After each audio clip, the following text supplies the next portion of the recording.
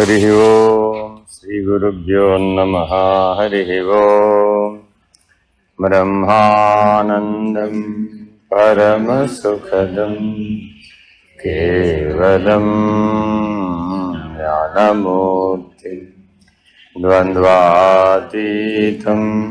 गगनसदृशं तत्त्वमस्यादिलक्ष्यम् एकं नित्यं विमलमचलं सर्वधी साक्षिभूतं भावातीतं त्रिगुणरहितं सद्गुरुं तं नमामि।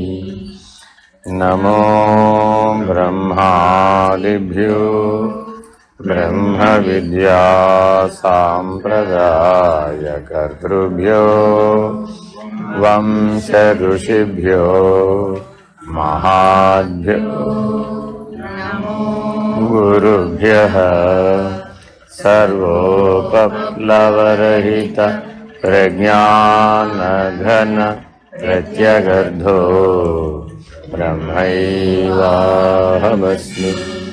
अहं पदार्थरहितः सदाशिवसमारम्भां व्यासशङ्करमध्यमाम् अस्मदाचार्यपर्यन्तां वन्दे गुरुपरम्पराम्। हरि ओम श्री गुरुभ्यो नमः। हरि ओम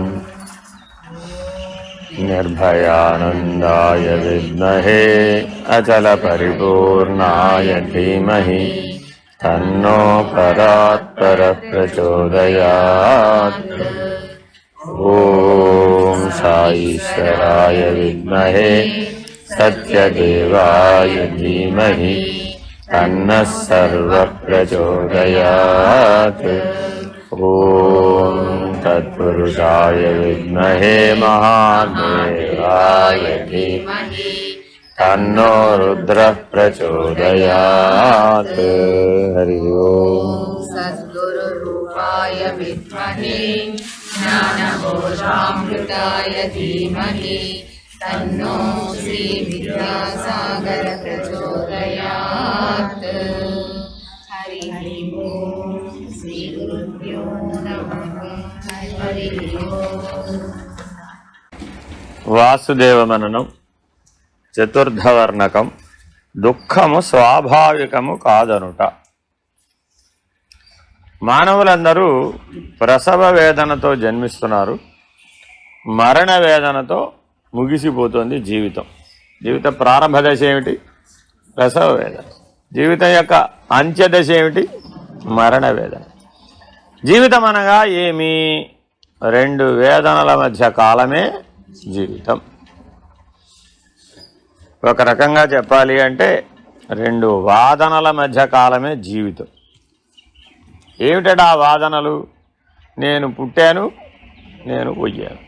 నేను పుట్టాననేది కూడా ఒక వాదన, నేను పోయాననేది కూడా ఒక వాదన. ఆ వాదనలో నుంచి ఈ వేదన పుడుతోంది. ఏ వేదనైనా అదేంటో పుడుతుంది? వాదన అనేది ఉంటేనే. వాదించాలంటే ఏముండాలి? అహం ఉండాలి. వాదించాలంటే ఉండాలి, అహం ఉండాలి. అహం లేనివాడు వాదించలేడు. అర్థమైందా? కాబట్టి అహం రహిత పద్ధతిగా జీవించాలనుకున్నవాడు మొట్టమొదట త్యజించవలసింది ఏమిటి? వాదించుట. మనం రోజువారీ జీవితం అంతా ఇప్పటి వరకు 40-50 ఏళ్ళుగా ఏం చేస్తున్నాం? పుట్టి బుద్ధిరిగినప్పటి నుంచి వాదించడమే. బీరకాయ బజ్జీ కరెక్ట్ అంటావా? ఆలుగడ్డ బజ్జీ కరెక్ట్ అంటావా? ఎలా? ఒక వాదన ఉండాలా వద్దా?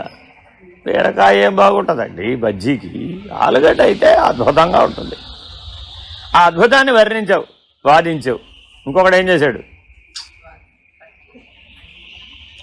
దాన్ని అపోజ్ చేయడమో సపోర్ట్ చేయడమో ఏదో చేశాడు. కాబట్టి మానవ జీవితం మాట్లాడగలిగే శక్తి వచ్చినప్పటి నుంచి మానవుడి బుద్ధి వచ్చేందులో కూర్చుంది, ఆ వాక్కు అనేటటువంటి ఇంద్రియంలో కూర్చుని ఏమైంది? వాదించడం ప్రారంభించింది. అర్థమైందండి? ఇంతకీ అభిషేకం కుడి చేత్తో చేయాలంటావా ఎడం చేత్తో చేయాలంటావా? ఆశీర్వచనం కుడి చేత్తో చేయాలంటావా ఎడం చేత్తో చేయాలంటావా? ప్రతిదానికి ఒక ప్రమాణం ఉండాలా వద్దా అంటే అర్థం ఏమిటి? ఈ వాదనలకు అతీతమైనది ప్రమాణం.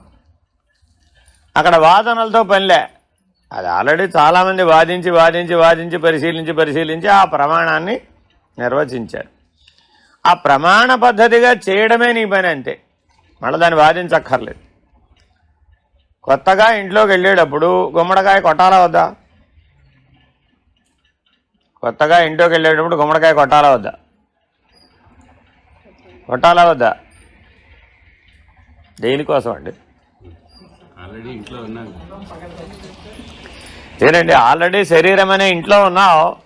ఇప్పుడు ఏదో కొత్త ఇల్లు కట్టుకున్నావు, ఆ కొత్త ఇంట్లో వెళుతున్నావు. ఎలాగా అది కొత్త ఇల్లు అవుతుందా? ఆల్రెడీ ఉన్నావుగా ఇంట్లో, మరి గుమ్మడికాయ కొట్టడం ఎందుకు? ఇమం కుష్మాండబలిం దదామి అని మంత్రం చెప్తాడు. అంటే అర్థం ఏమిటి? ఈ సృష్టిలో పాజిటివ్ ఎనర్జీ, నెగటివ్ ఎనర్జీ రెండూ ఉంటాయి. లేకుండా సృష్టి జరగదు కదా. మీరు కరెంట్ వాడుకోవాలండి, అందులో పాజిటివ్ ఉండాలిగా, న్యూట్రల్ కూడా ఉండాలి, షాక్ కొట్టకుండా ఉండదంటే. అలా ప్రతి అణువులోనూ కూడా ఏమున్నాయి? ప్రోటాన్లు, ఎలక్ట్రాన్లు, న్యూట్రాన్లు ఉన్నాయా లేదా? కాబట్టి ఒక్కొక్కప్పుడు ఏమవుతుంది అంటే మనం ఎక్కువగా ఒకవైపు ఇంక్లినేషన్ ఒరిగిపోయి నెగటివ్ వైపుకి మనం కనెక్ట్ అయ్యే అవకాశాలు ఎక్కువైపోతాయి. మన లోపల ఉన్నటువంటి తమోగుణం చేత, మన లోపల ఉన్న తమోగుణం ప్రభావం చేత సృష్టిలో ఉన్నటువంటి తమోగుణానికి కనెక్ట్ అయిపోయాం అనుకోండి, అప్పుడేమవుతుంది? తామసిక ఘనం అయిపోతుంది జీవితం. మరి అప్పుడు ప్రమాదం కదా. తమోగుణ లక్షణాలు ఏంటి? అది ఏదైనా సరే వాయిదా. అర్థమైందండి? నాయనా ఇప్పుడు తింటావా? ఇప్పుడే తినను. ఇప్పుడు లేస్తావా? ఇప్పుడు లేవను. ఎప్పుడు వెళతావు? ఎప్పుడు వెళతానో తెలీదు. ఎప్పుడు వస్తావు? అది కూడా తెలీదు. ఏం చేస్తావు? ఏది అనిపిస్తే అది చేస్తాను. ఈ ఆన్సర్లన్నీ కరెక్టేనంటారా? ఎప్పుడు వస్తాయి ఇలాంటివన్నీ? తమోగుణ ఘనం. అర్థమైందండి? మరి వీటి వల్ల జీవితం అస్తవ్యస్తం అయిపోవటంలా. అందుకని అలాంటి పద్ధతి లేకుండా సృష్టిలో ఉన్నటువంటి సత్వగుణాన్ని మనలోకి ఆవాహన చేసుకునే పద్ధతిగా దాన్ని ప్రవేశపెట్టారు. అర్థమైందండి? ఈ సృష్టిలో 3 గుణాలు ఉన్నాయి కదా, ఆ సృష్టిలో ఉన్న సత్వగుణంతో మనం కనెక్ట్ అవ్వాలన్నమాట. కనెక్ట్ అవ్వాలంటే ఏం చేయాలి? నీకు అడ్డం వచ్చే వాటిని తప్పుకోమని బ్రతిమిలాడాలట. మీ పిల్లాడు నీకు అడ్డం వస్తున్నాడండి, ఏం చేయాలి? ఏం చేయాలి? గట్టిగా కసురుకోవాలా? మనం తీసుకెళ్ళి దేనికన్నా కట్టేయాలా? లేకపోతే వాత పెట్టాలా? ఇవన్నీ కూడా ప్రత్యామ్నాయాలే. కానీ తల్లిగా అవన్నీ చేయగలవా? చేయలేవుగా. ఏమంటావు? ఒరే బాబు బాబు బాబు కొద్దిగా తప్పుకోరా, నన్ను పూజ చేసుకొనివ్వరా బాబు. నాకివ్వు ముందు గంట. నీ ఉపచారంతో పని లేకుండా వాడు గంట వాయిస్తూనే ఉంటాడు. అంతే. ఎందుకని? వాడు కదా ఆనందం. అంతేనా కాదా? ఇప్పుడు గంట వాయించకూడదురా నువ్వు, నేను చెప్పినప్పుడు వాయిద్దు కానీ. నేను ముందు వాయినా, నేను గంట వాయిస్తా, అదేదో నువ్వు ముందు చెయ్యి. అంతేనా కాదా? కాబట్టి ఇప్పుడు వాడిని ఏం చేయాలి? బతివులు అడుకోవాలంటే ఏం చేసేదేవి లేదు. అలాగే ఈ సృష్టిలో ఉన్నటువంటి రాజసిక తామసిక శక్తుల్ని బ్రతిమిలాడుకొని పక్కకు జరుపుకుంటున్నాం.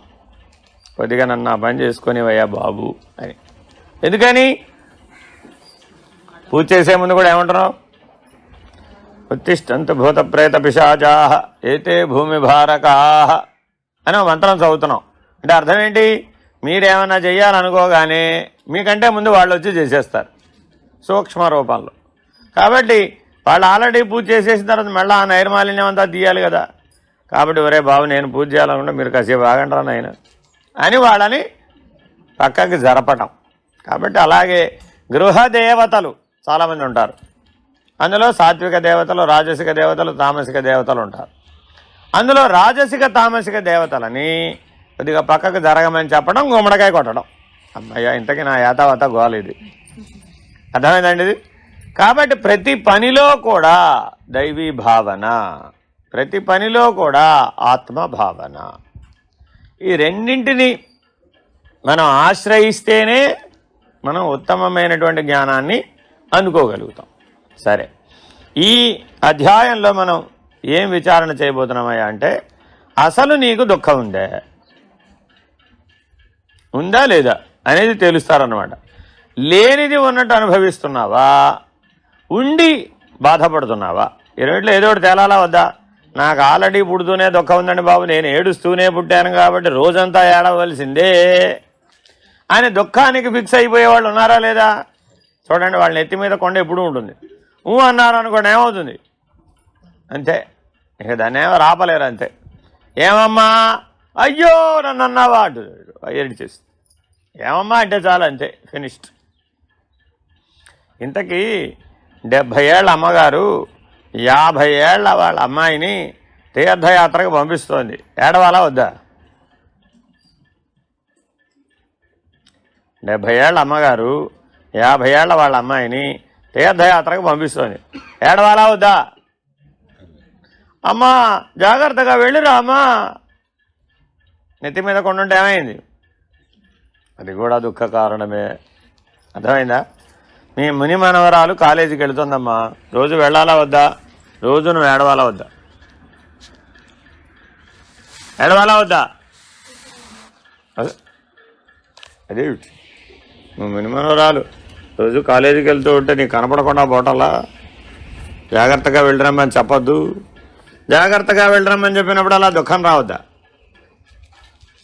ఇలాగా భ్రాంతి చేత అనేక రకాలైనటువంటి దుఃఖాలను మనం మన జీవితంలో అనుభవిస్తున్నాం. ఫ్లైట్ ఎక్కేటప్పుడు ఎవరినైనా కానీ టాటా చెప్పేటప్పుడు దుఃఖించాలా వద్దా? లేదా? ఎందుకని? మళ్ళా ఎప్పటికి కనబడతాడు భగవంతుడు? ఎప్పుడన్నా కనపడ్డా కనపడలేదా? కనపడలేదని ఎప్పుడైనా పరితప్తత పొందేవా అన్నాడు పరమహంస.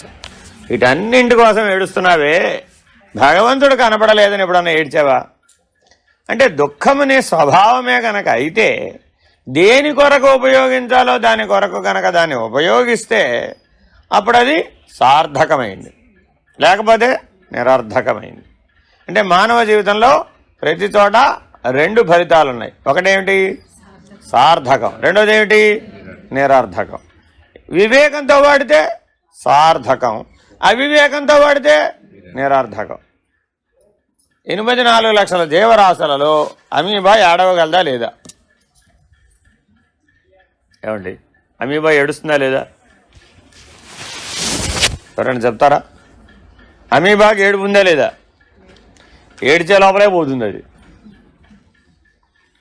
ఎందుకని? దాని ఆయుర్దాయం ఓన్లీ 1 సెకండ్ అంతే. 1 సెకండ్లో పోయేది ఏడవడం ఏమిటి? సరే ఓకే, అమీబా ఏడవదు అంటున్నారు కదా, పోనీ కాకి ఏడుస్తుందా లేదా? కాకి ఏడుస్తుందా లేదా? కాకి దుఃఖం ఉందా లేదా? ఉందా లేదా? ఉందా? మీ ఇంట్లో తులసి చెట్టు ఏడుస్తుందా లేదా? అంటే ఏడవాలంటే ఏముండాలి? ప్రాణ మనస్సులు ఉండాలి, ఒట్టి మనస్సు కాదు, ప్రాణ మనస్సులు ఉండాలి. ఆ ప్రాణ మనస్సులు 2 కలిసి పనిచేస్తేనే దుఃఖం వస్తుంది. ప్రాణ మనస్సుల్ని వేరు చేసేస్తే, ప్రాణ మనస్సుల్ని వేరు చేసేసాం, అప్పుడేమైపోయింది? కాబట్టి మీరు అందరూ ప్రాణాయామం, జపము, ధ్యానము ఎందుకు చేస్తున్నారు? కలపడానికి చేస్తున్నారా, విడగొట్టడానికి చేస్తున్నారా? శుద్ధ తప్పు. ప్రాణము, మనసు, బుద్ధి చైతన్యంతో సూత్రబద్ధం చేయడానికి చేస్తున్నాం. చైతన్యంతో సూత్రబద్ధం చేయాలంటే ఈ ప్రాణ మనస్సుల్ని దేని నుంచి వేరు చేయాలి? శరీరం నుంచి వేరు చేయాలి. ఆ రెండింటిని వేరు చేయకూడదు. ప్రాణ మనస్సుల్ని కలిపి ఏం చేయాలి? శరీరంలో నుంచి, దేహాత్మ భావంలోంచి వాటిని వేరు చేయాలి. పరమాత్మ భావంలో వాటిని నిలపాలి. ఒక పక్క ఎవరున్నారు వీటికి? పరమాత్మ ఉన్నాడు. ఒక పక్క ఎవరున్నాడు? దేహాత్మ ఉన్నది. కాబట్టి ఈ ప్రాణ మనస్సులే అనుసంధానం. ఈ ప్రాణ మనస్సుల్ని జాగ్రత్తగా ఉపయోగించుకొని పరమాత్మ వైపు కనుక తిప్పేవంటే శాశ్వత దుఃఖరాహిత్యం. ఏం జరుగుతుందండి? శాశ్వత దుఃఖరాహిత్యం. అదే దేహాత్మ వైపు తిప్పావు, అప్పుడేమైంది? శాశ్వత దుఃఖం, రాహిత్యం పోయి. సరే చూద్దాం. జనే యద్దుఃఖ అస్త్యేతత్ కిం స్వరూపముతాస్య తత్ సమ్యగాగంతుకం వేతి భాషయా చింత్యతే మయా.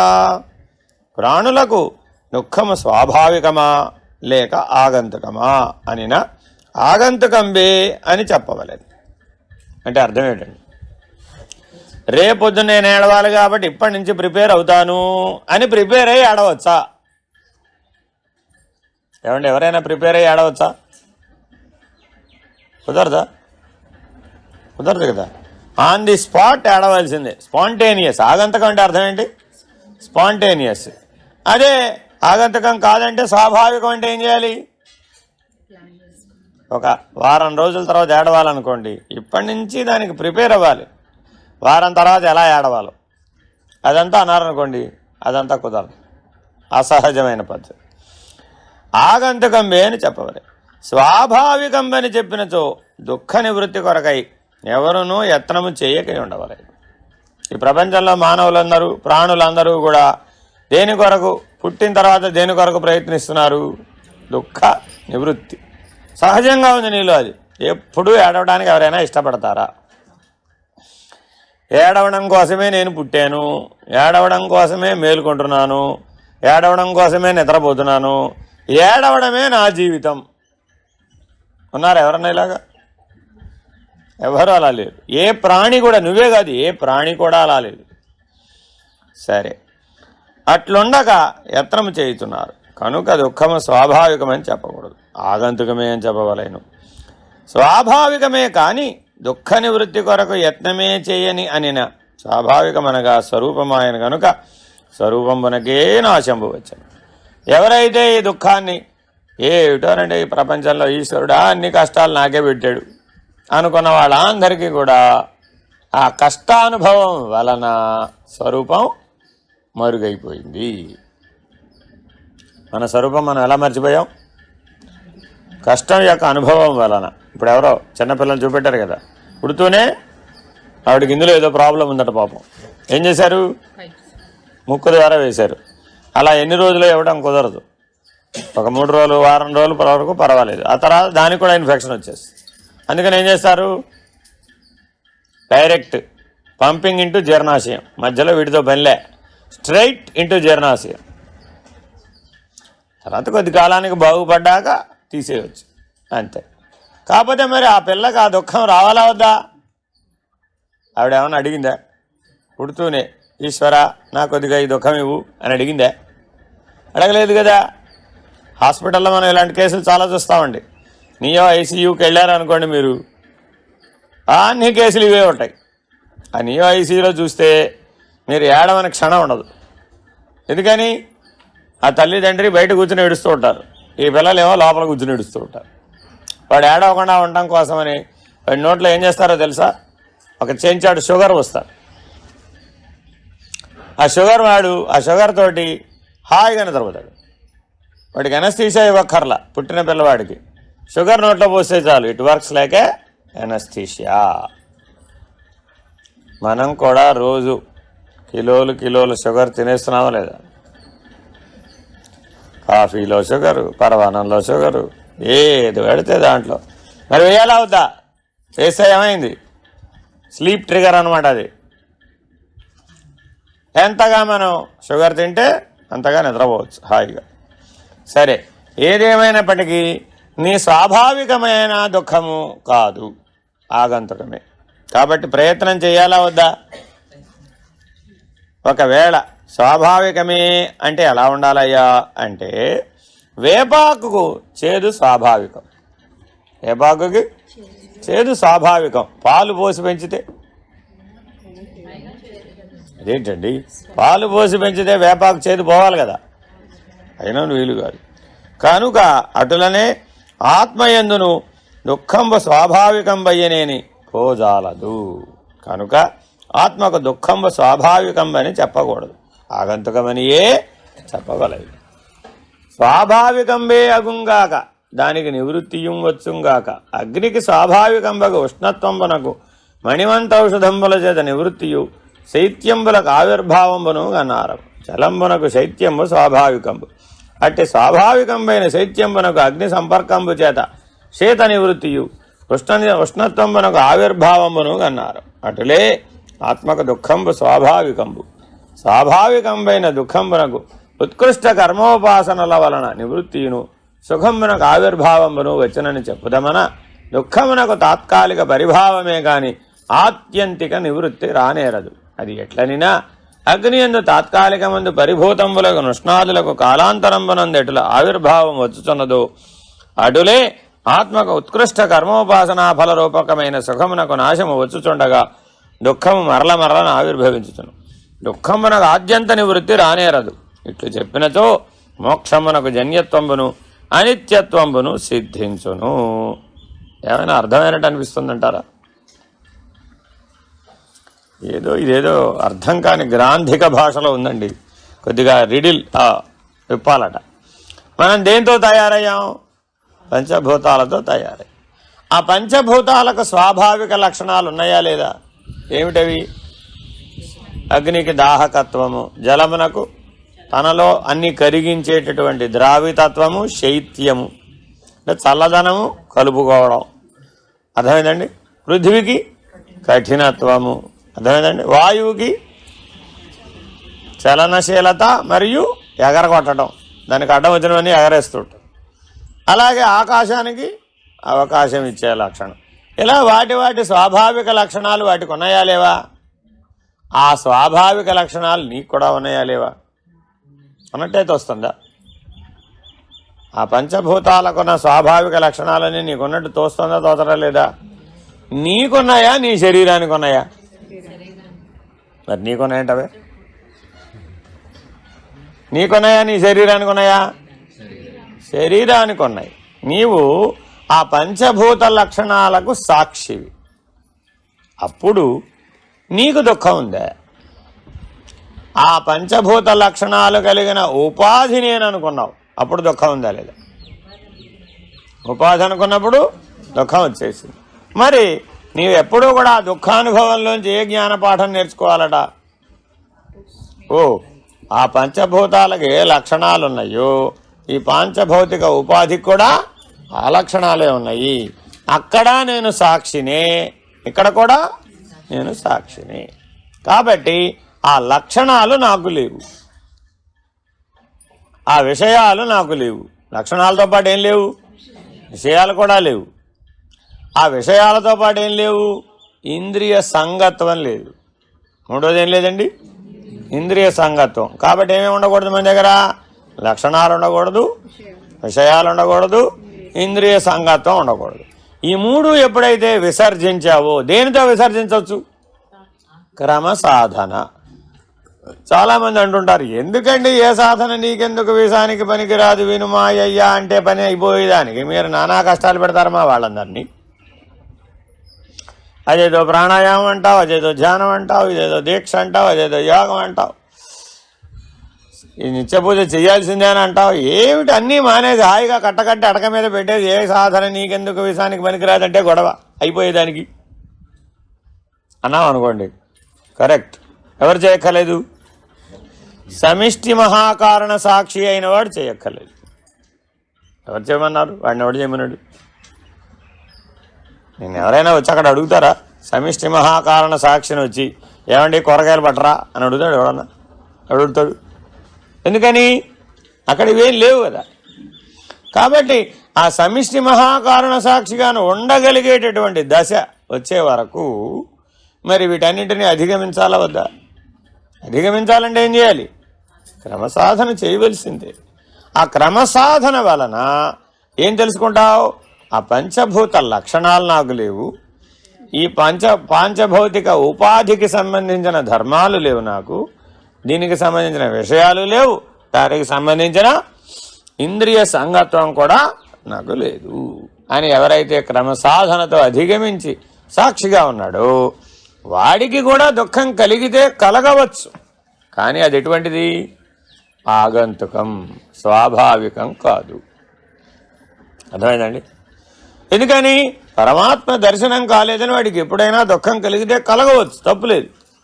మోక్షం ఇంకా రాలేదని దుఃఖం కలిగితే కలగవచ్చు, తప్పులేదు. ఇంకా ఆత్మజ్ఞానం బ్రహ్మజ్ఞానం నేను అందుకోలేకపోయానని దుఃఖం కలిగితే కలగవచ్చు, కానీ అది దుఃఖం కింద పరిగణించడానికి వీలు కాదు. అర్థమైందండి? కాబట్టి జాగ్రత్తగా అంగీకరించడం నేర్చుకోవాలట. దేన్ని? దుఃఖాన్ని. నువ్వు అంగీకరిస్తే దుఃఖం వస్తుందంటావా? నువ్వు అంగీకరించకపోతే రాదంటావా? ఆలోచించండి. ఏదైనా సరే నువ్వు అంగీకరిస్తే వస్తుందంటావా, అంగీకరించకపోయినా వస్తుందంటావా? అదే విషయం ఇప్పుడు ఇక్కడ చర్చిస్తున్నాడు. అటులే ఆత్మకు ఉత్కృష్ట కర్మోపాసనా ఫలరూపకమైన సుఖమునకు నాశము వచ్చుచుండగా దుఃఖము మరల ఆవిర్భవించును. దుఃఖంబునకు ఆద్యంత నివృత్తి రానేరదు. ఇట్లు చెప్పినచో మోక్షమునకు జన్యత్వంబును అనిత్యత్వంబును సిద్ధించును. అటులా వచ్చినను రానిమ్మనినా అది ఎవరికీ సమతం కాదు.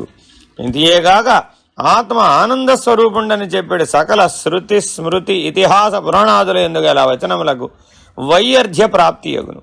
మరియు సుషుప్త్యవస్థ ఎందును సమాధ్యవస్థ ఎందును తూష్ణీభూతావస్థ ఎందును ఆత్మ ఉన్నాడు గనుక స్వాభావికమైన దుఃఖము తోచవలను. ఈ అవస్థాత్రయమునందును ప్రాణులకు నేను దుఃఖినై ఉంటిని అనుభవం లేదు గనుక, నేను సుఖముగా ఉంటున్న అనుభవం ఉన్నది గనుక ఆత్మకు దుఃఖము స్వాభావికమని చెప్పకూడదు. ఒకవేళ అంగీకరించినచో ఈ సుఖానుభవమునకు వైయర్ధ్యము వచ్చును కనుక ఆత్మకు దుఃఖము స్వాభావికమని చెప్పకూడదు. ఇంతకీ అవస్థాత్రయం మనం దేని అంటున్నాం? అవస్థాత్రయం దేని అంటున్నాం? మెలకువ, కళ, నిద్ర. ఎవరికి? ఆత్మకు అవస్థాత్రయం ఉందా లేదా? లేదా లేదా సరిగ్గా ఆలోచించు. సుషుప్త్యవస్థ, సమాధ్యవస్థ, తూష్ణీభూతావస్థ, ఈ మూడింటిలో ఆత్మ ఉందా లేదా? నీ నిద్రావస్థలో ఆత్మ ఉందా లేదా? ఉందా? నీ నిద్రావస్థలో ఆత్మ ఉందా లేదా? ఉంది. నీ సమాధ్యవస్థలో ఆత్మ ఉందా లేదా? నీ తూష్ణీభూతావస్థ, ఇదేదో పెద్ద పేరు పెట్టారు కదా, ఏమిటది? సాక్షి. తూష్ణీభూతం అంటే ఏమిటి? సాక్షి. ఆ తూష్ణీభూతావస్థ సాక్షిగా ఉన్నప్పుడు ఆత్మ ఉందా లేదా? అంటే మనం అవస్థాత్రయం అంటే నిద్ర నుంచి కిందకి చెప్పుకుంటున్నాం, నిద్ర నుంచి కిందకి చెప్పుకుంటున్నాం. ఈయనేమంటున్నాడు? నిద్ర నుంచి పైకి చెప్పవయ్యా. సాంఖ్య విచారణలో ఉందా ఇది? లేదా? అయ్యో, అసలు లేదా? అంటే ఎప్పుడు మనం విచారణ ఎక్కడి నుంచి చేసాం? 1 నుంచి 24 వరకే. ఆ 24 వరకే చేసినప్పుడు ఏమైంది? మెలకువ, కళ, నిద్ర, మెలకువ, కళ, నిద్ర. What about 25 and 26? ఆ 25, 26 ఎలా ఉన్నాయి? నిద్రావస్థకు సాక్షిగా ఉంది, తూష్ణీభూతావస్థలో ఉంది, సమాధ్యవస్థలో ఉంది. 25, 25గానే ఉంటే సమాధ్యవస్థ, సాక్షాత్కారంలో మేల్కొంటే 26. సరే, ఈ అవస్థాత్రయంలో అన్నిటికీ ఉందా లేదా? మానవులందరికీ ఉందా? ఉంది. ప్రాణులన్నిటికీ ఉందా? ఉంది. కానీ మరి ఈ అవస్థాత్రయంలో నీకు దుఃఖి అనేటటువంటి అనుభవం ఉందా? ఎవరైనా గాఢ నిద్రలో ఏడ్చేవాళ్ళని చూపెట్టండి. నో. ఎవరైనా సమాధి అవస్థలో ఏడ్చేవాళ్ళని చూపెట్టండి. నో. ఎవరైనా సాక్షిగా ఉండి ఏడ్చేవాడిని చూపెట్టండి. మీరు అన్ని పనులు సాక్షిగా ఉండి చేయమంటున్నారు కదండి, ఏడవడం కూడా నేను సాక్షిగా ఉండి ఏడుస్తాను అన్నాడు అనుకోండి. సాక్షిగా ఉండి అంటే ఏడుస్తావయ్యా బాబు అంటావా లేదా? నో నో నో, మీరు ఏ పని చేసినా సాక్షిగా ఉండి చేయమన్నారు కాబట్టి నేను ఏడవడం కూడా సాక్షిగా ఉండి చేస్తున్నాను. అలా ఎలా వీలవుతుంది? కాబట్టి అవి పొసిగే విషయం కాదు. కాబట్టి దుఃఖాన్ని స్వాభావికం కాదు, నీవు ఆత్మస్వరూపుడవు కాబట్టి. Very very important.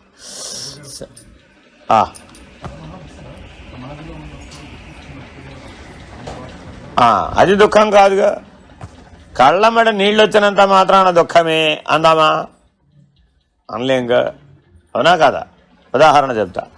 బాగా ఏమంటారు, అనన్య భక్తిలో మునిగిపోయావు, నాకు దేవుడికి భేదం లేదు అని మునిగిపోయావు, అప్పుడు కూడా నీకు కళ్ళమ్మ నీళ్ళు వస్తాయి.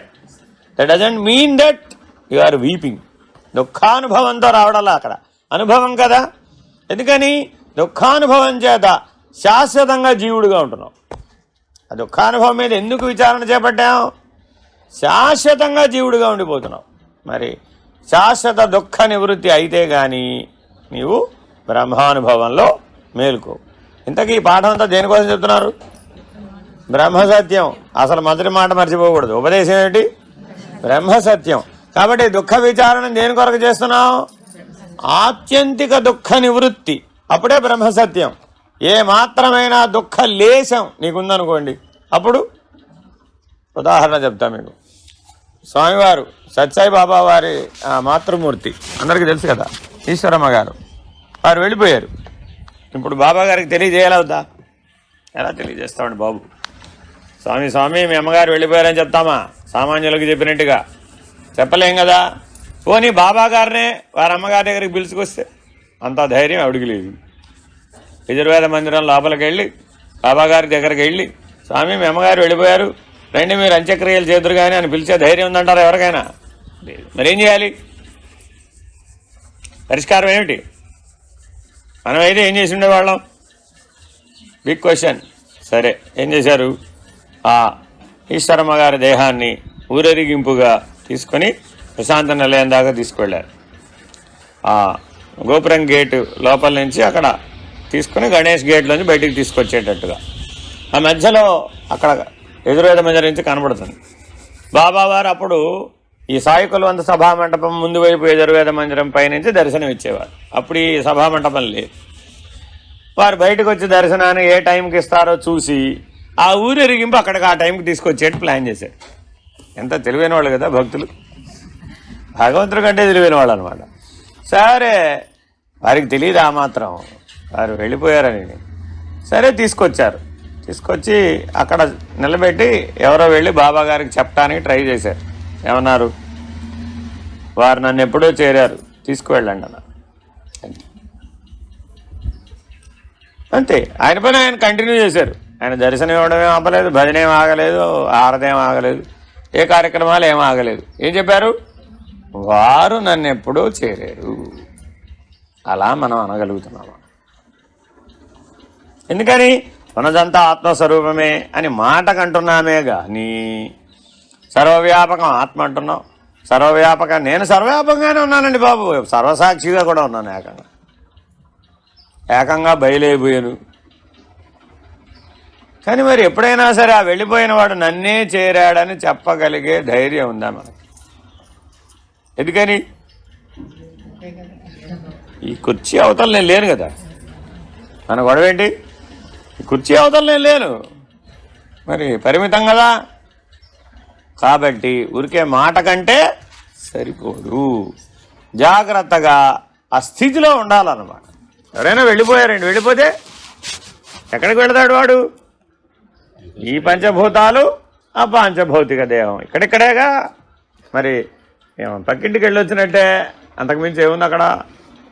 వాస్తవమైనటువంటిది అది ఎప్పుడూ ఆత్మస్వరూపమే.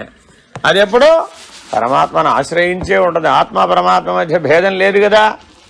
మరి జాగ్రత్తగా అలా మనం ఎల్లప్పుడూ ఆ పరమాత్మయే నేనై ఉన్నాను అని ఈ శరీరంలో గనక మనం ఉంటే అప్పుడు మనకేం జరిగింది? ఆత్యంతిక దుఃఖ నివృత్తి.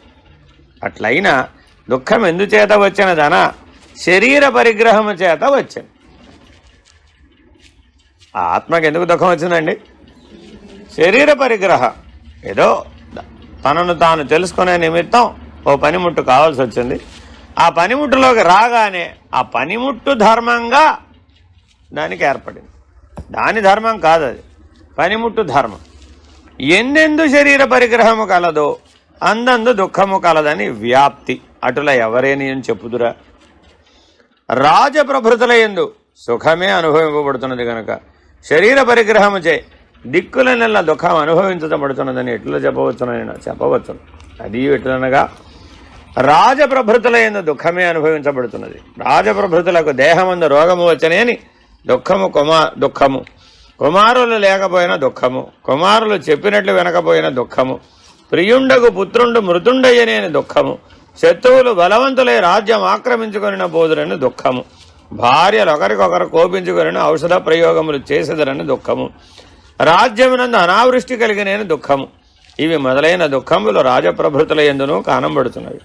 కనుక వారలు సుఖస్వరూపులనుట మోహము. ఏమిటో చెప్తున్నాడు ఇక్కడ. ఏం చెప్తున్నాడండి? ఎవరైనా సరే ఏనాయనా ఫలానా వారు పుట్టారు కదా, వారికి ఏ రకమైన దుఃఖం లేదు కదా, పుడుతూనే అష్టైశ్వర్యాల్లో పుట్టాడు కదా, వాడికి ఏమైనా దుఃఖం ఉందే? మహారాజు గారికి ఏమైనా దుఃఖం ఉందే? సీఎం గారికి ఏమైనా దుఃఖం ఉందే? పిఎం గారికి ఏమైనా దుఃఖం ఉందే? అమెరికా ప్రెసిడెంట్ గారికి ఏమైనా దుఃఖం ఉందే? వాళ్ళకి ఎందుకు ఉంటుందండి బాబు? వాళ్ళు అష్టైశ్వర్యాల్లో పుట్టిన వాళ్ళు అంటాం మనం. సామాన్యులందరూ ఏమన్నారు? రాజుగారికి ఏం దుఃఖం ఉంటుందండి? అంటే 100 మంది పలుకుతారు ఆయనకి. మనం ఇక్కడ అంటే ఎవరు పలకరు. కాబట్టి రకరకాలైన దుఃఖాలు నాకే ఉన్నాయి కానీ వాళ్ళకేం ఉండవండి బాబు అన్నాడు. సరే ఇదేదో కనుక్కుందామని రాజుగారి దగ్గరికి వెళ్ళాం. ఏమండి మీకు ఏమైనా దుఃఖం ఉందా లేదా అని. నాకున్న దుఃఖాలు ప్రపంచంలో ఎవరికి లేవన్నాడు ఆయన. అదేమిటయ్యా? ప్రజలు దుఃఖపడితే దుఃఖపడవలసింది ఎవరు? నేనే. మా అబ్బాయి నా మాట వినకపోతే ఎవరు దుఃఖపడాలి? నేనే. మా ఆవిడ నా మాట వినకపోతే ఎవరు దుఃఖపడాలి? నేనే. మా ఇద్దరు శ్రీమతులు ఒకరికొకరు కొట్టుకుంటే ఎవరు దుఃఖపడాలి? నేనే. ఇంతకీ వాళ్ళిద్దరూ కలిసి నాకు విషం పెడతారేమోనని ఎవరు దుఃఖపడాలి? నేనే. అంతేనా కాదా? ఈ చైర్ ఎప్పుడు పోతుందో అని ఎవరు దుఃఖపడాలి? నేనే. ఎందుకని? ఆ సీట్లో కూర్చున్నంత సేపే కదా ఆయన రాజు. సీట్లోంచి పడిపోతే కాబట్టి ఎప్పటికప్పుడు ఆయనకు దుఃఖం ఉందా లేదా? వాడికంటే సామాన్యుడే బాగున్నాడు. ఎందుకని? ఎప్పుడో ఒకసారి ఏడుస్తాడు. వీడు ఎప్పుడూ ఏడుస్తాడు. కాబట్టి ఎవరికైనా సరే మీకు రాజ్యకాంక్ష బలంగా ఉందనుకోండి, శాశ్వత దుఃఖం పొందాలనుకున్న వాళ్ళందరూ ఆ రాజుగా జన్మించవచ్చు. ఒక జన్మపాటు బాగా నీతో పని లేకుండా అనేక కారణాలతో అనేక దుఃఖాలను అనుభవించాలనుకున్న వాళ్ళందరూ చక్కగా రాజుగా జన్మించవచ్చు. మనందరం పిల్లల్ని ఏమని పిలుస్తుంటాం? అబ్బా ఎంత బాగా రాజా అనగానే వాడు ఏకంగా బ్రహ్మాండానికే రాజు అయిపోయినట్టు. రాజ్యాంతే నరకం ధ్రువం. వాడు సీట్లో కూర్చున్నప్పుడే కాదట, వాడు పోయిన తర్వాత కూడా నరకం తప్పదట. అదేమిటండి? వాడికి దుఃఖం బ్రతికుండగానే కాదు రాజుకి, శరీరంలోంచి పోయిన తర్వాత కూడా వాడు కొంతకాలం నరక అనుభవాన్ని పొందవలసిందే. ఎందువలన? ఆ రాజ్యంలో నివసించినటువంటి వాళ్ళ పాపంలో 16వ వంతు పాపాన్ని ఆయన పన్ను వసూలు చేసినందుకు ఆయన భాగంలో వేసేస్తుంది సృష్టి. పన్ను వసూలు చేసాడా లేదా? ఆయన భోజనం ఎక్కడి నుంచి వచ్చింది? ప్రజలు కట్టిన ట్యాక్స్లోంచేగా. కాబట్టి ఆ ట్యాక్స్ని ఆయన భోజనం చేసాడా లేదా? కాబట్టి 16వ వంతు పాపం నీ ఖాతాలో వేసేసింది. మరి ఇప్పుడు దాన్ని నరకానికి వెళ్ళి అనుభవించాలా వద్దా? కాబట్టి రాజ్యాంతే నరకం ధ్రువం. జాగ్రత్తగా ఉండాలట. అందుకని పీఠాధిపత్యము, ఆలయ ధర్మకర్తృత్వము, అలాగే దేశానికి రాజు, ఈ ముగ్గురికి నరకం తప్పదు. అన్యాయం పాడుకొని పీఠాధిపతులకు కూడానండి. మనం చెప్పడం లేదు, ఇది శాస్త్రం చెప్తోంది. ఎందుకని? వారి ఏలుబడిలో కొంతమంది పనిచేస్తారు కదా, వాళ్ళు చేసేటటువంటి దాంట్లో కనుక దోషం ఉంటే ఆ దోషంలో 1/16 వంతు నీకే. మీ ఇంట్లో పని మనిషి పనిచేస్తుందా లేదా? ఆ పని మనిషికి యజమాని ఎవరు? ఆ ఇంటి యజమానేగా. ఆ పని మనిషి ఏదైనా పాపం చేసింది అనుకోండి, ఎవరు ఖాతాలో వేయాలి? పని మనిషి ఖాతాలో వేయరు, యజమాని ఖాతాలో వేస్తారు. ఆవిడని అడిగితే ఆవిడ నాకేం పని అండి, ఆవిడ చెప్పింది కాబట్టి చేశాను, నేనేమన్నా కావాలని చేశానా? నాకేం పని? అదేంటమ్మాయి, ఆవిడ ఇచ్చిన డబ్బు తీసుకున్నావు కదా, అయితే కొంత భాగం నాకు కొంత భాగం ఆవిడికి పంచండి, మొత్తం నా ఖాతాలన్నీ వేస్తానని నేను ఒప్పుకున్నాను. అంటే అప్పుడు యజమాని ఖాతాలో 1/16 వంతు పడిపోతుంది. మీరేం చేస్తారు? అన్నీ ఆవిడకి దోసేస్తారు. ఆవిడేం చేస్తుంది? టకా టకా టకా. ఆవిడకి అరగంటలో పని అయిపోవాలి. మరి పాపం ఏం చేస్తుంది? 6 ఏళ్లలో పని చేయాలి. టకా టకా ఊడిచేస్తుంది, టకా టకా తుడిచేస్తుంది. అమ్మాయి ఇదంతా చీమలు పట్టింది, కొద్దిగా తుడిచేసేయి. ఏం చేస్తుంది? డింగ్. ఎన్ని? ఓ 10,000 చీమలు గోవిందా. అంతేనా కదా? ఎవరికి వేయాలి పాపం? కొద్దిగా నిదానంగా చీమలు బయట ఎత్తిపోయామా, ఒక చీమ కూడా చనిపోకుండా అన్నాం అనుకోండి, ఆవిడేమంటుంది? ఇలాంటి పనులు నాకు చెప్పమాకండి. అంతేనా కదా? చూడండి మరి. కాబట్టి జాగ్రత్తగా ఆలోచించాలట. నేను చేయలేదు కదా అనుకోకూడదట. మానవ జీవితంలో అకారణ దుఃఖాలన్నీ ఇలాగే ప్రాప్తిస్తాయి. దుఃఖం అనుభవం ఉంటుంది, కారణం నీకు తెలియదు. పరీక్షా ప్రారంధం చేత కూడా నువ్వు దుఃఖాన్ని అనుభవించవచ్చు. అది ఎలా వచ్చింది? ఇదిగో ఇలా వస్తుంది. కాబట్టి ఎప్పటికప్పుడు ఏది చేసినా చాలా జాగ్రత్తగా ఆచరించాలి. సరే, ఇంకేమిట? ఇంతకీ ఈ దుఃఖాలన్నిటికీ కారణం ఏమిటి? ఆ రాజుగారికి కూడా దుఃఖం ఉంది, ఈ సామాన్యుడికి కూడా దుఃఖం ఉంది. స్త్రీ అయినా దుఃఖం ఉంది, పురుషుడైనా దుఃఖం ఉంది, బాలుడైనా దుఃఖం ఉంది, యవ్వనుడైనా దుఃఖం ఉంది. వృద్ధాప్యం వస్తే చెప్పే పనే లేదు, అప్పుడు దుఃఖమే దుఃఖం. అర్థమైందండి? ఎందుకని అందరికీ దుఃఖం కామన్గా కనబడుతుంది? మోహం చేత. దేని చేత? మోహం చేత. దేని యందు మోహం? శరీరం మే విచర్షణ. సరే, పోయింది. సత్యం చెబితే కరెంటు పోతుంది. ఇది ఎలాగనా? మూట మోయి వారికి కూలి అడ్డెడు బియ్యం అధికముగా దొరికిన మూట భారము చేత వచ్చిన దుఃఖమును లెక్కసేయక సంతోషపడుతున్నాడు. అడ్డెడు బియ్యము కూలి తగ్గినతో దుఃఖపడుతున్నాడు. బోయలు తమ దొరకు పైనము కలిగిన సంతోషపడుతున్నారు, పైనము లేకపోయిన దుఃఖపడుతున్నారు. పనిచేయి వారు పని లేకపోయిన ఖేదమునందుతున్నారు, వేగుల వారు పైనము లేకపోయిన వెద చెందుతున్నారు. మావటి వానికి కొత్త ఏనుగుని ఇచ్చిరేని సంతోషించుతున్నాడు. ఇవి మొదలైన దుఃఖములు వీరల గెటుల సుఖముగా తోచుతున్నవో అటుల రాజప్రభృతులకును దుఃఖమే సుఖము వలె మోహము చేత తోచుతున్నది. కనుక రాజప్రభృతులను ఆశ్రయించుకొని ఉండు వారలకు దుఃఖము కలదనుట వేరే చెప్పవలెనా? అట్లయితే వివేకులకు దుఃఖము కలదా అనినా కలదు అని విచారణ చేద్దాం. ఏమంటున్నాడు? మనమందరం పని కోసం పుట్టినట్టు కనబడుతుందా లేదా? పొద్దున్న లేచిన దగ్గర నుంచి ఏమడుగుతున్నాం? పని పని పని పని ఫలితం. ఏం చేయమంటారండి, ఏం చేయమంటారండి, ఏం చేయమంటారండి? అనుక్షణం పని రాక్షసుడు మనలో వాడు ఉన్నాడు. వాడేమడుగుతుంటాడు? ఏదోటి చేయి, ఏదోటి చేయి, ఏదోటి చేయి, ఏదోటి చేయి అంటుంటాడు. మరి వాడికి పని చెప్పకపోతే దుఃఖం. సరే పోని, పనికి ఫలితం ఇవ్వకపోతే అంతకంటే పెద్ద దుఃఖం. అంతేనా కదా? ఫలితం అనుకూలంగా ఇవ్వకపోతే అది దుఃఖమే. పోనీ ఫలితం వ్యతిరేకంగా ఇస్తే, గులాబ్ జామ్ చేద్దాం అనుకుంది పాపం, వాళ్ళ మనవాడు ఇంటికి వస్తానన్నాడు కదా, అది చెయ్యబోతే ఒక్క గులాబ్ జామ్ కూడా సరిగా రాలా, అన్నీ విచ్చిపోయినాయి. ఇప్పుడు ఏం చేయాలి? వాటినే ఎత్తి పాకంలో వేసేద్దామా? చెంచాతో తీస్తే వస్తుందా? రాదు. సరే పోనీ తాగే గులాబ్ జామ్ తయారు చేసామని అడ్వర్టైజ్మెంట్ ఇస్తే ఏమైనా వర్కౌట్ అవుతుందా? గులాబ్ జామ్ తయారు చేసాము, కానీ అది ఎలా వచ్చింది? తాగే గులాబ్ జామ్ లాగా వచ్చింది. Is it not workable? ఎలా అయినా వర్కబులే కదండి. తింటే ఏమిటి, తాగితే ఏమిటి అని వేదాంతం చెప్పామనుకోండి, తినేవాడు ఏమన్నాడు? నీకు రాదని చెప్పచ్చు కదా అంటాడు. అప్పుడు దుఃఖం వచ్చిందా రాదా?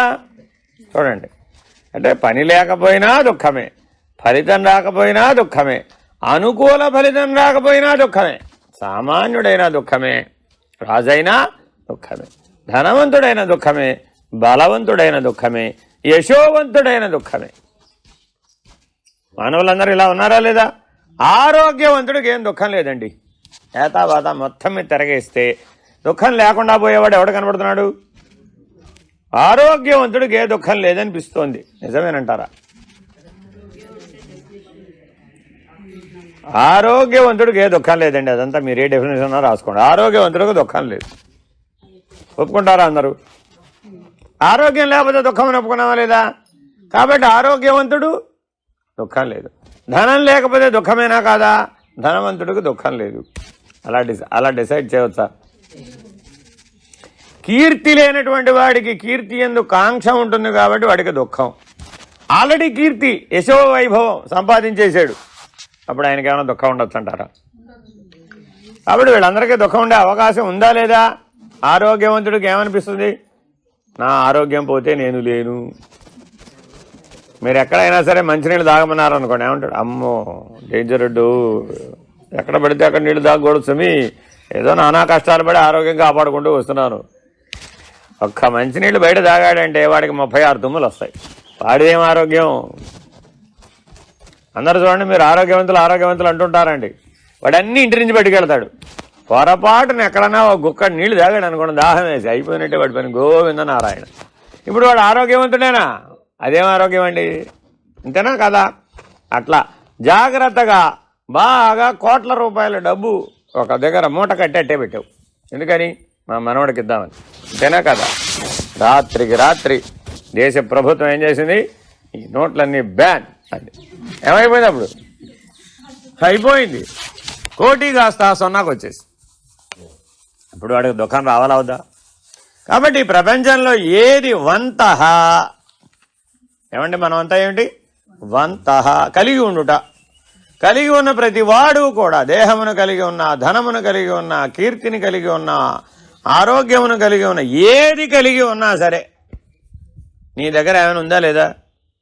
ఎందుకు లేవండి, నా దగ్గర చాలా ఉన్నాయి. కలిగి ఉన్నావా లేదా? అయితే నీకు దుఃఖం తప్పదు. కలిగి ఉంటే దుఃఖం తప్పదు. దొంగ ఎవరింటో పడతాడండి?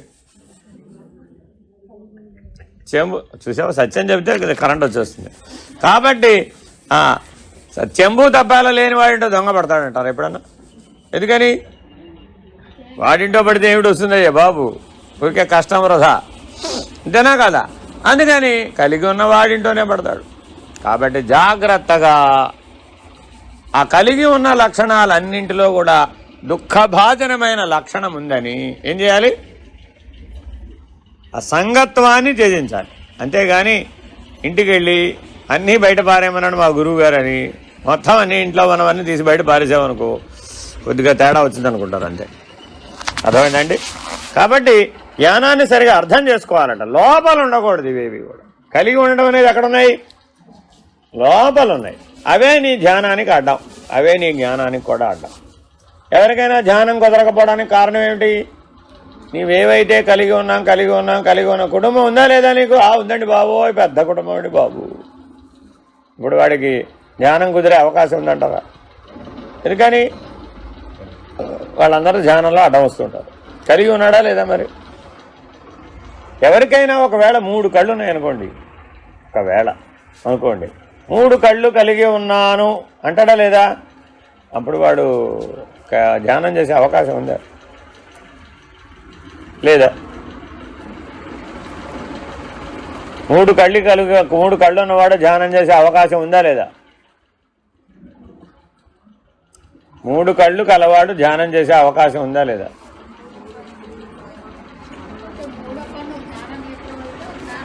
అదంతా నాకు తెలియదండి. జ్ఞాన నేత్రం, అజ్ఞాన నేత్రం. 3 కళ్ళు ఉన్నవాడు ధ్యానం చేసే అవకాశం ఉందా లేదా? 3 కళ్ళు ఉన్నవాడు ధ్యానం చేసే అవకాశం ఉందా లేదా?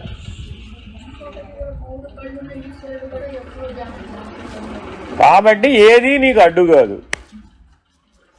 మానవుడు ఏమనుకుంటున్నాడు? అంతర్ముఖం అవ్వయా అంటే ఏమంటున్నాడు? అబ్బో నేను అవ్వలేనండి బాబోయ్ అంటున్నాడు. 3 కళ్ళున్న ఆయనకి ఏం కన్నడ్డమైంది? అడ్డం కాలేదుగా. మెళ్ళలో పాములు వేసుకుని ధ్యానం చేయొచ్చుంటారా చేయకూడదంటారా? మెళ్ళలో పాములు వేసామండి, ధ్యానం చేయొచ్చుంటారా చేయకూడదంటారా?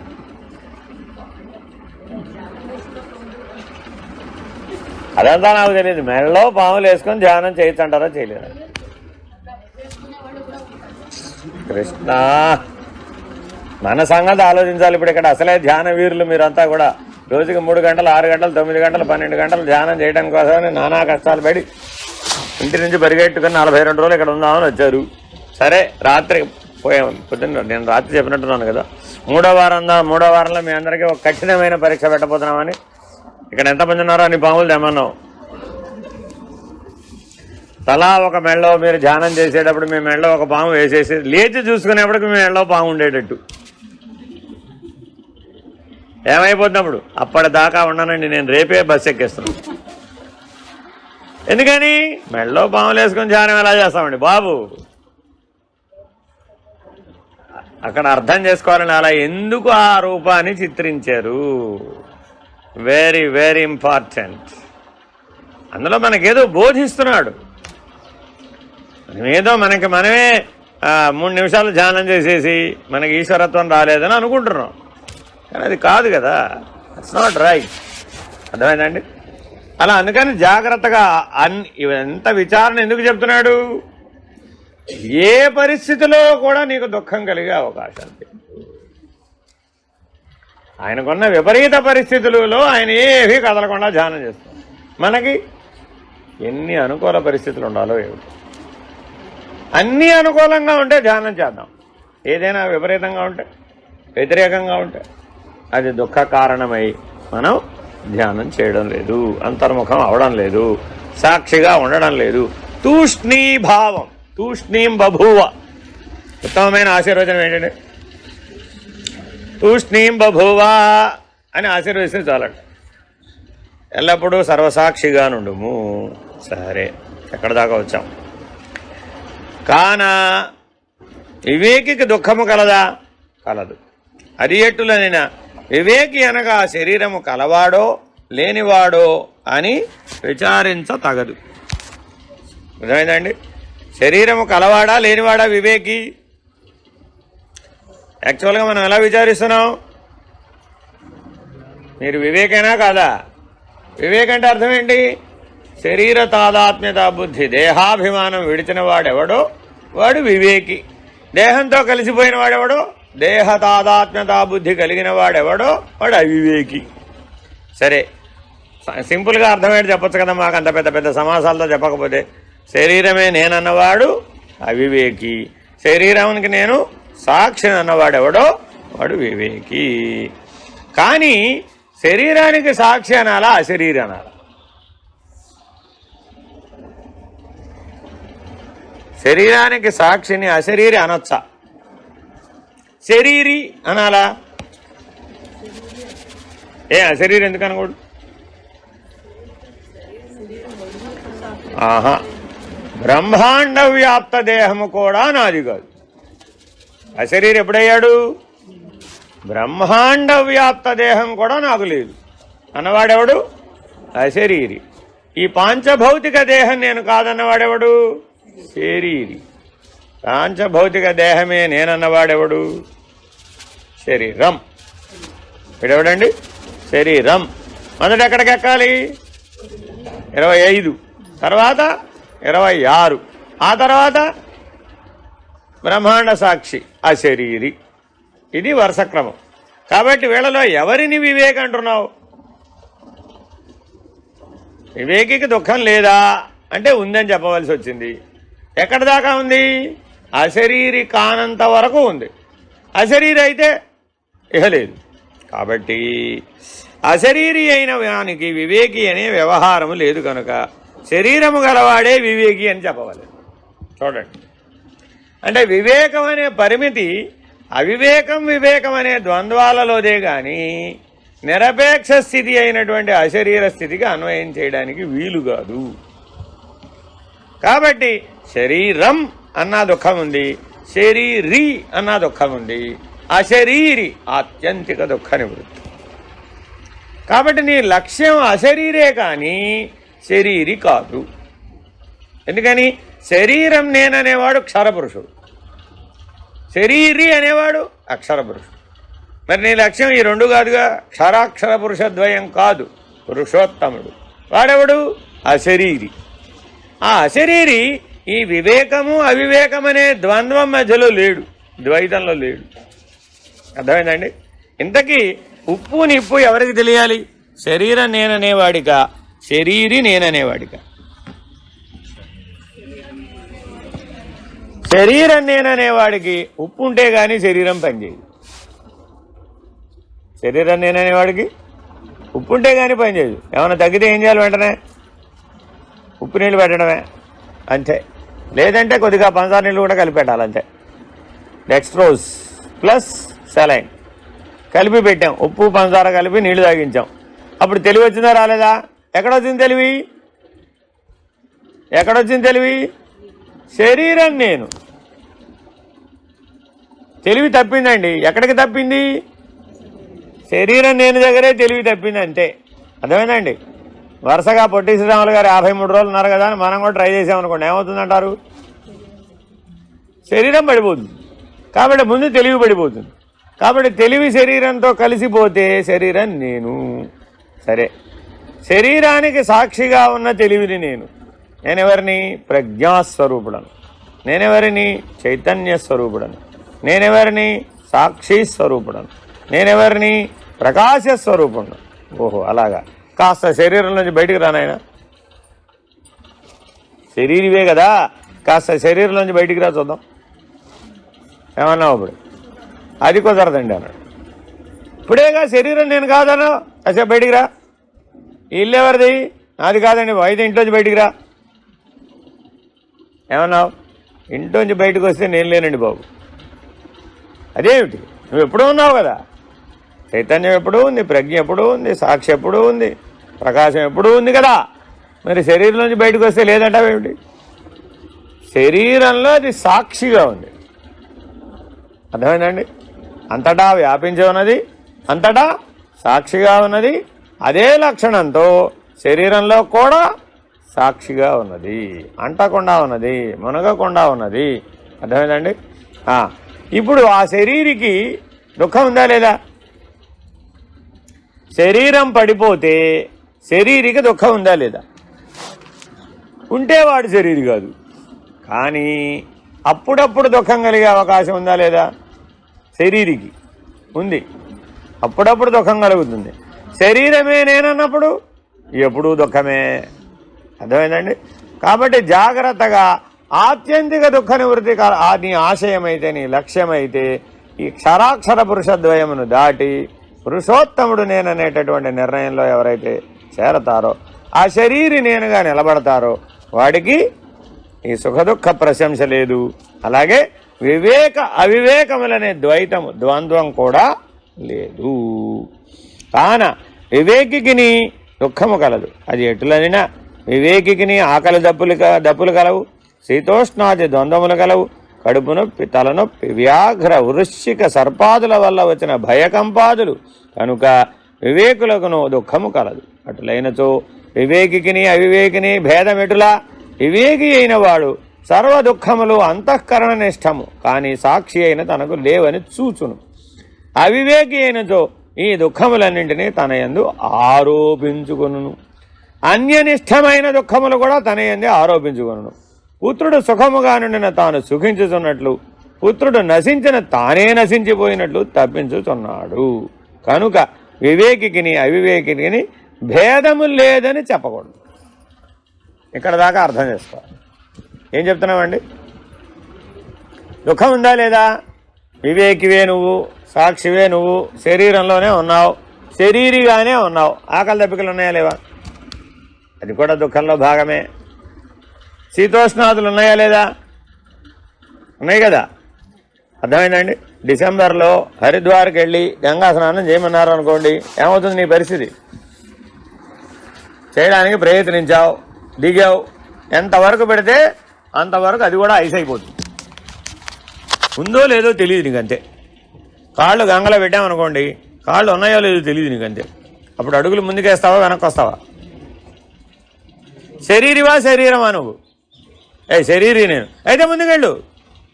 ఏమన్నాడు? అమ్మో అసలు ఇక్కడ కాళ్ళే లేవు, ముందుకెళ్ళడానికి ఎక్కడికి అడుగు ఎక్కడేయాలో తెలియడం లేదండి బాబు, కాళ్ళు మధ్య వారిపోయినాయి. అరే శరీరం నువ్వు కాదు కదా, శరీరవి కదా. అంటే అర్థం ఏమిటి? ఇప్పుడు కొద్దిగా దూరం జరిపాం నేను, అంతే. ఎక్కడ జరిపాం? అంతఃకరణం కంటే సాక్షివని ఒక గడి అవతలకి మార్పించాం అంతే. నేను 24 లోపల ఉండకుండా 25 నువ్వని నిర్ణయం చేశాం. అప్పుడు ఏమైంది? వివేకి అయ్యావు. 24 వరకే ఉంటే అవివేకి. ఎందుకని? వీడున్నట్టు వాడున్నాడని వాడున్నట్టు వీడున్నాడని చెప్పకూడదు. క్షరపురుషుడు అక్షర పురుషుడు ఒకటే అని చెప్పకూడదు. అది అవివేకం. అర్థమైందండి? కానీ వాస్తవానికి వీరిద్దరి మధ్య ఏమైనా భేదం ఉందా లేదా?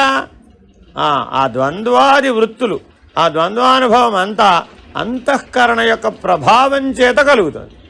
అంతేగాని వాస్తవానికి నాకు లేవు. సరే, అయితే కాళ్ళు గడ్డగట్టిపోయినాయా? ఒకసారి పైకి రా. ఆ పైన హోమంలో కాళ్ళు పెట్టుకొద్దిగా, మళ్ళీ తెలివి వస్తుంది. హోమంలో కాళ్ళు పెట్టగానే ఏమైంది? సరే ఏమన్నాడు, అమ్మో కాళ్ళు కాలిపోతున్నాయి. అరే అక్కడ పెడితేనేమో లేవన్నావు, ఇక్కడ పెడితేనేమో కాలిపోతున్నావు. ఏమయ్యా నువ్వు శరీరమే, నువ్వు అసలు శరీరం కాదు నువ్వు. కాబట్టి ఎవరైతే పంచభూత లక్షణాలతో బాధించబడుతున్నారో వాళ్ళందరూ ఎవరు? శరీరమే అని నిర్ణయం చేసామనుకోండి. దాంట్లోంచి పుట్టినాయి అగ్నిస్తంభన విద్య, జలస్తంభన విద్య, వాయుస్తంభన విద్య, ఇవన్నీ అందులో పుట్టినాయి. ఈ విద్యలు సంపాదిస్తే నువ్వు మోక్షాన్ని పొందవచ్చు అనే భ్రాంతి కూడా కలిగింది. ఈ విద్యల ద్వారా ఏం చేయొచ్చు? అవన్నీ దాటేయచ్చు. కాళ్ళు శరీరం పట్టుకెళ్ళి హోమంలో పెట్టేసినా ఆ అగ్ని నిన్ను కాల్చదు. శరీరాన్ని పట్టుకెళ్ళి నీళ్ళలో పడేసినా దానివల్ల ఏమీ నీకు ప్రమాదం రాదు. అలాగే వాయుస్తంభన విద్య, ఇక్కడ ఎగిరాడు అక్కడ దిగాడు అంతే. హనుమంతుడు ఎలా ఎగిరాడు? మహేంద్రగిరి మీద ఎగిరాడు, రశ్రవణగిరి మీద దిగేశాడు. ఎలాగా? డింగ్, ఇక్కడ ఎగిరాడు అక్కడ దిగేశాడు. మనం కూడా అట్లా ఎగురుదాం ట్రై చేసి ఏమవుతా ఉంటారు? ఎగిరిన చోట పడిపోతాం మనం. ఎందుకని? వాయుస్తంభనం లేదుగా మన దగ్గర. 3 నిమిషాలు ప్రాణం పట్టుకో, గాలి పీల్చకుండా ఉండన్నాను అనుకోండి, ఏం చెప్తావు? 3 minutes? It's not possible for 30 seconds. అర నిమిషం చేత కావట్లేదు 3 నిమిషాలు ఉండమంటారు ఏమిటండి? మరి హనుమంతుడు ఇక్కడి నుంచి అక్కడికి వెళ్ళేదాకా వాయుస్తంభనం, అప్పుడు గాలి కంటే తేలికైపోయాడు అంతే. అందుకని గాలిలో ఎగరగలిగాడు. లేకపోతే అలా ఎగురుతాడు? ఎగరలేడుగా. ఎవరైనా గాలి ఎగరాలంటే ఏం చేయాలి? గాలి కంటే తేలికైతేనే ఎగరడానికి వీలవుతుంది. అలాగా జాగ్రత్తగా ఆయా విద్యలనన్నింటినీ యోగ సిద్ధులుగా గనక మనం సంపాదించినట్లయితే ఏమవ్వచ్చు? వివేకి అవ్వచ్చు. కానీ ఏమవ్వలేవు? జ్ఞాని కాజాలవు. ఆత్మజ్ఞానం రాదు, బ్రహ్మజ్ఞానం రాదు, ముక్తి మోక్షం రాదు.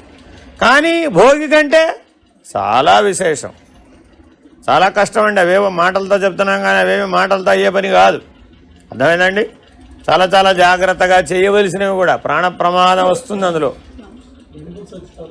ప్రాణ ప్రమాదం వస్తుంది అందులో. ప్రాణ ప్రమాదం ఎవరికి వచ్చింది? శరీరానికా శరీరికా? శరీరానికా శరీరికా?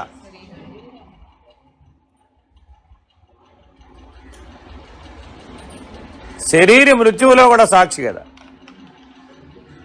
శరీరి మృత్యువులో కూడా సాక్షిననే నిర్ణయం ఎవరికైతే ఉందో వాడు వివేకి. అమ్మో శరీరంతో పాటు నేను కూడా పోతున్నాను అన్నవాడెవడో వాడు వివేకి. జాగ్రత్తగా ఈ రీతిగా అర్థం చేసుకొని శరీరము శరీరి అశరీరి అనే నిర్ణయంతో మానవుడు అధిగమనం చేయాలి. హరి ఓం శ్రీ గురుభ్యో నమః.